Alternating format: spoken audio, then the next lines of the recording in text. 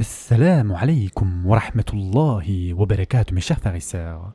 Nous nous étions arrêtés au verset 38 de la sourate Yusuf, dans lequel Allah Azza wa Jal dit, en reprenant les propos de Yusuf alayhi salam, « Et j'ai suivi la religion de mes ancêtres, Ibrahim, Ishaq et Yaqub. Il ne nous convient pas d'associer à Allah quoi que ce soit. Ceci est une grâce d'Allah sur nous et sur tout le monde, mais la plupart des gens ne sont pas reconnaissants. » Sourate Yusuf, verset 38. Mes chers frères et sœurs en islam, Yusuf alayhi salam affirma qu'il suivait la même religion que tous les prophètes d'Allah Azza wa Jal avant lui, et qu'il était porteur du même message qu'eux. Même si ses interlocuteurs n'en avaient jamais entendu parler, cette religion n'était pas nouvelle. Elle se transmettait depuis des générations de prophète en prophète. Puis, il définit clairement l'essence de cette foi. Il ne nous sied pas d'associer quoi que ce soit à Allah dans l'adoration. L'expression min shay, c'est-à-dire ici quoi que ce soit, renforce l'idée d'exclusivité yani. Rien, absolument rien, ne peut être associé à Allah Azza wa Jal. C'est là le cœur du message de tous les prophètes. Et en effet, Allah Azza wa Jal dit dans le Coran, « Et nous n'avons envoyé avant toi aucun messager à qui nous n'avons révélé point de divinité en dehors de moi, adorez-moi donc. » Surat al-Anbiya, verset 25. En quelques phrases seulement, Yusuf alayhi salam a résumé les trois piliers fondamentaux de la foi islamique. Tout d'abord, premièrement, le tawhid, c'est-à-dire la croyance en Allah Azza wa Jal, en sa seigneurie, en ses noms et attributs et en son droit exclusif à être adoré. Deuxièmement, la risala, c'est-à-dire le message transmis par les prophètes, envoyé par Allah Azza wa Jal pour guider l'humanité. Et enfin, troisièmement, l'akhira, la foi en la vie après la mort, en la résurrection et en la justice divine. Puis il ajouta, c'est là une grâce d'Allah sur nous et sur l'humanité, mais la plupart des gens ne sont pas reconnaissants. Yusuf alayhi salam rappela ainsi que la foi est un immense bienfait qu'Allah Azza wa Jal accorde à ceux qui le cherchent sincèrement.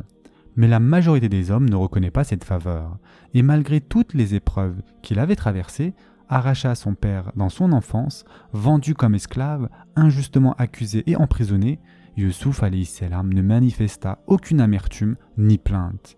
Il ne parla pas de ses douleurs, mais des bienfaits d'Allah Azza wa Jal, de la prophétie, de la connaissance, du savoir, de la beauté et bientôt le pouvoir terrestre. Ces mots, c'est là une grâce d'Allah sur nous, sont une leçon intemporelle. Le croyant doit toujours se concentrer sur les innombrables bénédictions d'Allah Azza wa Jal plutôt que sur les épreuves qu'il endure. Les bienfaits d'Allah sont si vastes qu'aucune langue ne pourrait les remercier à leur juste mesure. Ensuite, dans le verset suivant, Yusuf alayhi salam dit « Ô mes deux compagnons de prison, qui est le meilleur, des seigneurs éparpillés ou Allah, l'unique, le dominateur suprême ?» Surat Yusuf, verset 39. Yusuf alayhi salam s'adressa à eux avec des emprunts de douceur et de fraternité. « Ô mes compagnons de prison !» Cette expression est d'une subtilité magnifique. En les appelant ainsi, il établit une connexion humaine, un lien émotionnel fondé sur leurs conditions communes. Ils partageaient la même épreuve, la même cellule, la même souffrance. Ce ton fraternel rendait son appel sincère, humble et surtout accessible. Dans le Coran d'ailleurs, lorsqu'Allah Azza wa Jal invite les gens à l'adorer, il utilise souvent des formules empreintes de respect et de proximité, telles que « Ô homme »,« Ô enfant d'Adam »,« Ô gens du livre ». Ces expressions englobent, rassemblent, appellent à la réflexion. En revanche, lorsque les mécréants exigent du prophète sallallahu alayhi wa sallam qu'il compromette le tawhid, la réponse est ferme. « Ô vous qui mécroyez, je n'adore pas ce que vous adorez ». Surat al-Kafirun, versets 1 et 2. Ou encore, est-ce donc un autre qu'Allah que vous m'ordonnez d'adorer, ô ignorants? Surat al-Zumar, verset 64. Ici, Yusuf alayhi salam choisit les mots justes. Il s'adresse à leur cœur avant de s'adresser à leur raison. Il crée de la proximité avant de transmettre la vérité. Puis, il leur pose une question pleine de sagesse et de profondeur. Lequel est meilleur? Plusieurs seigneurs aux volontés divergentes? Ou Allah, l'unique, le suprême? Par cette question rhétorique, il les pousse à réfléchir à l'absurdité du polythéisme. Comment plusieurs divinités, au pouvoir et volonté contradictoires, pourraient-elles gouverner l'univers? Cela contredit à la fois la logique est la nature humaine, c'est-à-dire la fitra, qui reconnaît instinctivement l'unicité du Créateur. Dans cette phrase, Yusuf alayhi salam évoque les deux formes de tawhid. Tout d'abord, tawhid al-rububiyya, c'est-à-dire qui correspond à l'unicité d'Allah azza wa jalla dans sa seigneurie. Il est le seul créateur, le seul à disposer et à gouverner. Et ensuite, tawhid al-asma wa sifat, c'est-à-dire l'unicité d'Allah azza wa jalla dans ses noms et attributs. Nul ne lui ressemble, ni ne partage sa perfection. Et il mentionne enfin deux noms sublimes d'Allah azza wa jalla. Al-Wahid, l'unique, celui qui n'a ni égal ni associé, et Al-Qahhar, le suprême dominateur, celui qui soumet toute chose à sa volonté et dont la puissance surpasse celle de tous les rois. Ainsi, par une simple question, Yusuf alayhi salam a exposé une vérité profonde. La paix et l'harmonie ne peuvent pas résider dans la multiplicité des dieux, mais dans la reconnaissance d'un seul Seigneur unique, absolu et souverain. C'est là la marque d'un appel à Allah azza wa jal empreint de sagesse, da'wa bil hikma, c'est-à-dire parler avec douceur, mais aussi avec clarté et raison pour éveiller la fitra et inviter à la lumière du tawhid. Dans le verset suivant, Yusuf alayhi salam continue et dit « Vous n'adorez en dehors de lui que des noms que vous avez inventés, vous et vos ancêtres, et à l'appui desquels Allah n'a fait descendre aucune preuve. Le pouvoir n'appartient qu'à Allah.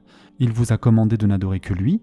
Telle est la religion droite, mais la plupart des gens ne savent pas. » Surat Yusuf, verset 40.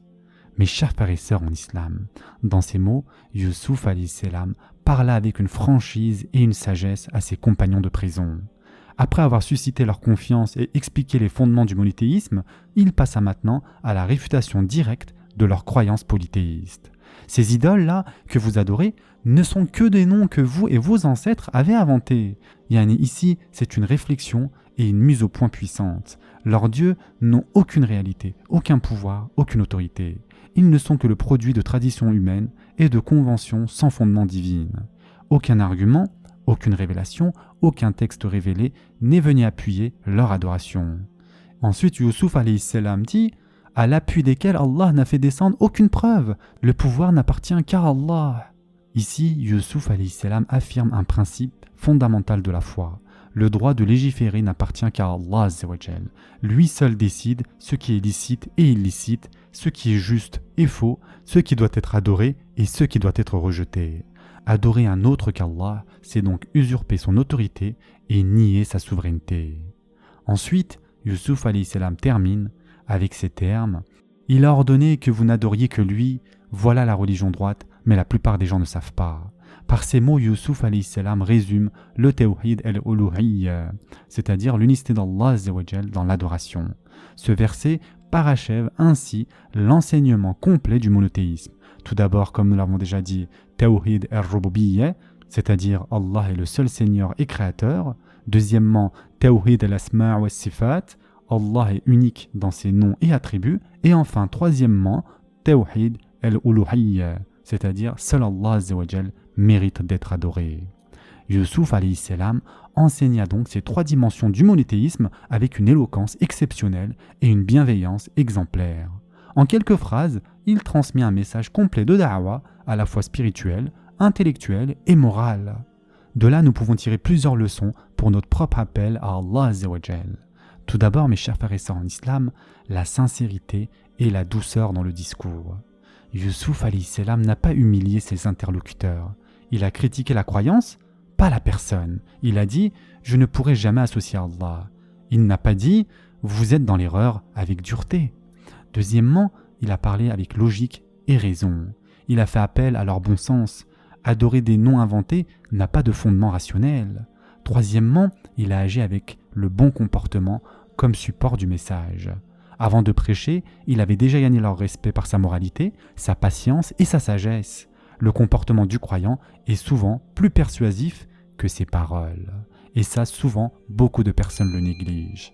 Et enfin, quatrièmement, la connaissance du contexte. Yusuf alayhi salam comprenait les croyances égyptiennes et parlait selon leur culture pour les amener graduellement vers la vérité. Ainsi, mes chers frères et sœurs en islam, même en prison, Yusuf alayhi salam ne se laissa pas dominer par l'injustice ni par la douleur. Il transforma sa captivité en terrain de da'wa et sa cellule en école du monothéisme.